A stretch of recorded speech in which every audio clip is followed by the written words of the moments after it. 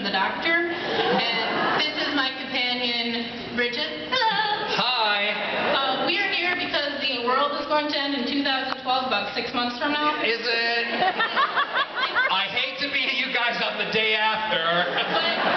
Sorry, go ahead. Here's the thing. We're going to try to stop it. Good. But in case that does not work, can we give you one last hug? I would, if you could grab me outside. I can't do it here because I will get in trouble, because then I'm also the person that if I give hugs to people, if everyone will want one, I'll be here for hours. But how about I give you a virtual hug? Ready?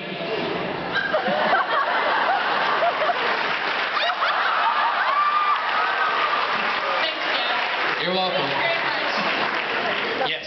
As the owner of a rescue dog, I want to thanks again for what you do for Dogs Trust. Yep. Now, because she's special needs, getting to the UK is not an option for me most of the time. What can fans here in the U.S. do to, you had mentioned possibly down the line more Broadway, more concerts out here. What can we do to help make that happen? Oh, well, it's not so much,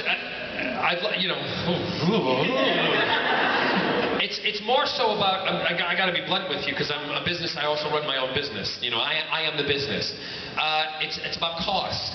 And for me to come over here to bring my show over, I have my loyal, my dancers, my band, the J4s, as I call them, and they're very attractive. Both boys and girls. But if I bring all of them over, I have to put them up, I have to give them per diems. I put on the productions with, it costs me, do you know what I mean? So I have to look at the finance to see that there's enough people that are going to come see the show that we can either break even or make a little bit of money, because it's not fun when you lose money. We are looking into it. It's something that is something I really, really want to do. I think it would have to be done in big cities, because that's where most of my following is, in larger cities around the U.S. So just watch the space. And again, I don't know what you can do. But you guys on blogs and on sites can create such a storm. So if you have an idea, go for it and help it out.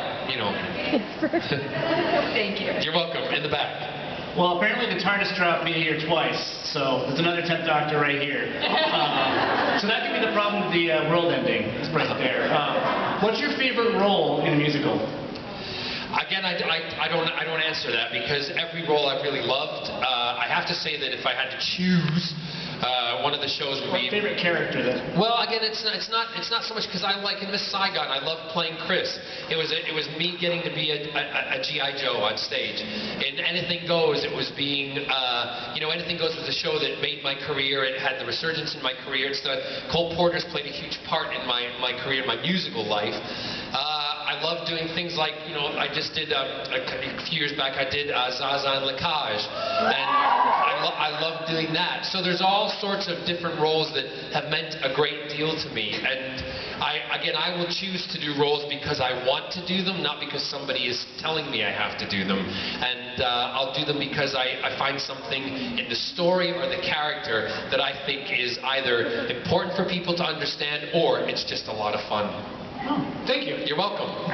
Yes? I actually went to Dreamers Workshop with you about 10 years ago. Oh, who's that? I can't see. Hi, Hi. I'm Maureen. Say it again? Maureen. Maureen, oh my God, look at you. How are you? I'm doing awesome. Well, that's unbelievable. That's really, really incredible. And what, are you still, I'm speechless. You're an attractive young woman now.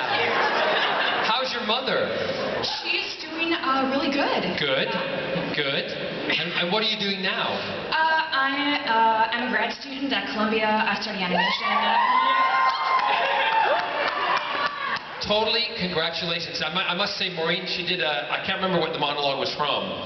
Do you remember? I don't No. think I did a monologue. monologues. I did a few like solos. Yeah. But Maureen was very, very focused on what she did, and I absolutely adored the fact that she was one of the hardest workers in the workshop. You were, and you really excelled in the stuff that you did. And I'm so glad. Congratulations on everything. Really, really. And hey, Dreamers Workshop was a workshop that I used to go back to my high school in Joliet, and I would get kids during the summer, and we'd do what was it, about a 2-week workshop?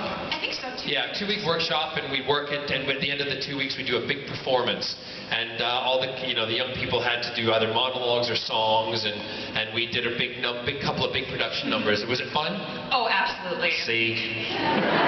Anyway, perfect. Yeah, actually, the quick question Yes. is, at the end of Miracle Day, it seemed like there were a few unanswered questions or setups for a possible another story. And Yes. I'm just wondering, would you continue the story, or what direction do you think it will go in? I have no idea, because at the moment Torchwood is on a hold. It's and nothing's happening because Russell T. Davies is dealing with an issue with he and his partner, and it's a personal issue, and that's not for me to discuss. So, and I think it's pretty much out there that he's not very well, and so we were all asked to put a hold on it because he's not able to write.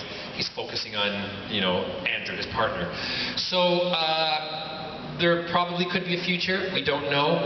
I have to move on to do other things. I can't sit around and wait, but I will always be there when that story is to continue. But having said that, my sister and I have written a Torchwood novel, which picks up after. Sweet. And yeah, wait. I'm not stupid. It's almost finished. And it comes out I think it comes out just before or after Hollow Earth. So it's the next installment, and Carol and I have written it in a way that we think it is the perfect movie. Awesome. So, listen, the first sequence where you get into, because we have to introduce the readers in a book to Jack again, so you have to understand what he is and how he's immortal. Can I just tell you, it's frickin' awesome. Yeah, it's really awesome, and it's called Jesus criminy, because we changed the name. Code. I'm trying to think. That's it. Access code. Thank you so much. No. Access code. Access code. Yeah. See, we've changed it 3 or 4 times. My sister sends me these emails and she goes, "We've changed it again." What changed what? Well, you know the part where you were supposed to do this and then you were supposed to do this because we changed it. And then I go into these meetings and I talk to people about it. She's like, "It's not the same anymore."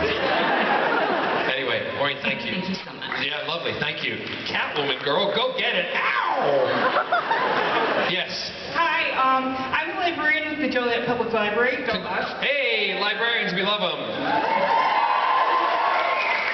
And I just want to know what current reading material is on your nightstand and what you like about it. I'll tell you right now, because I've just bought a couple of new books, and I haven't started reading them yet, because my nightstand has to travel with me. Oh, come on, open up. It was terrible. I've just purchased a book which is called, it's written by Jessica Frances Kane. It's called The Report. It's about a bomb that goes off in central London during the war, and it kills a lot of people. But it's their stories. Oh, this is terrible. How do I get back? Go to the library, you idiot. And I've got about 3 David Sedaris books on here. I've got Chelsea Handler. I was thrilled to find out that Armistead Maupin is a huge fan of mine, and I just bought his most recent book. I've got my 2 autobiographies. I've also got Hollow Earth and a book that I want to reread because Scott's never read it, and I tried to explain to him that it was one of the books I read in high school that I read completely from page to page over the course of a Saturday, like a weekend. And you're all going to go, but I don't care. V.C. Andrews, Flowers in the Attic. Just kiss them!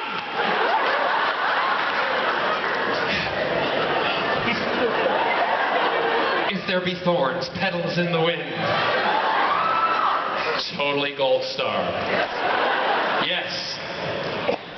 When you're on set, do you ever play any pranks? Always. Can you tell us about any of them? No.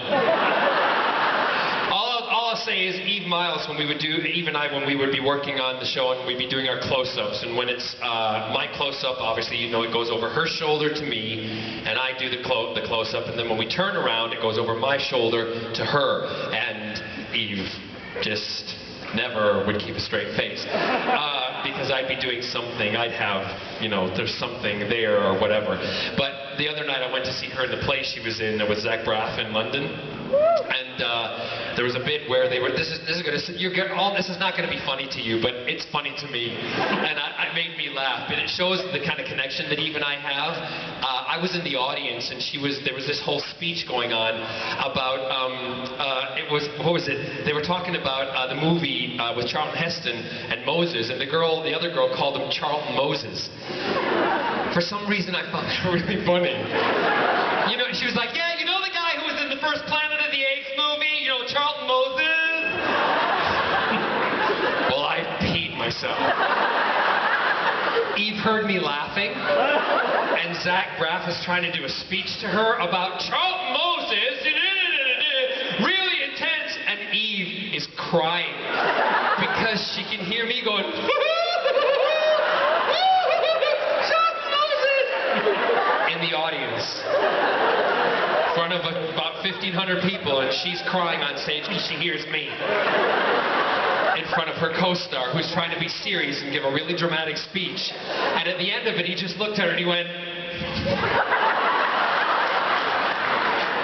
So we went out for drinks that night afterwards, and I said to her, all I need to say to you, Eve Miles, you were good, but Charlton Moses. And she said, I hate you, because now every time that speech goes, she's not going to be able to look at him.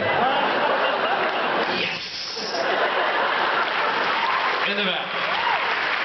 Oh, there's one. Oh, one in the front. There you go.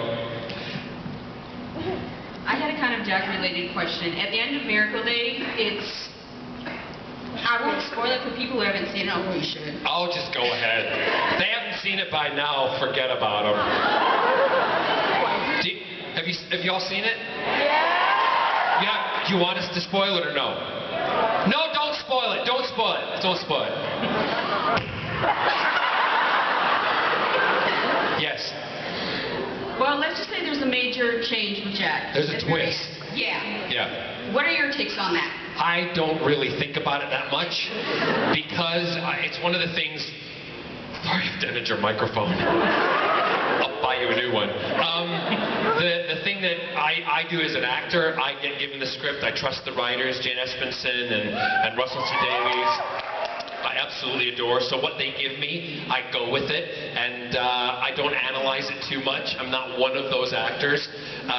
So I think it's a great thing because it opens up a lot of stories. It also, if there were to be more, it continues down another route that we can go down, and it adds another dimension to the characters. So I'm all for changes. That's one thing that Torchwood has done every year. They have changed.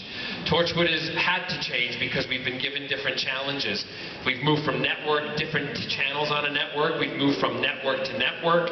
So we've always tried to stay fresh and up with things. And I think that's the beauty of what Torchwood is. It's always changing, always evolving, and always something different. Yeah. Actually, before you go, can I video everybody waving? Can you do that for me? Hold on. If I get the damn... Talk amongst yourselves. No, that's the wrong thing. That's the camera. Okay. Here, this is what I look like. Ready?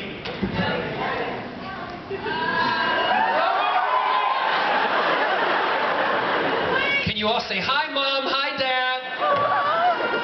3, 2, 1.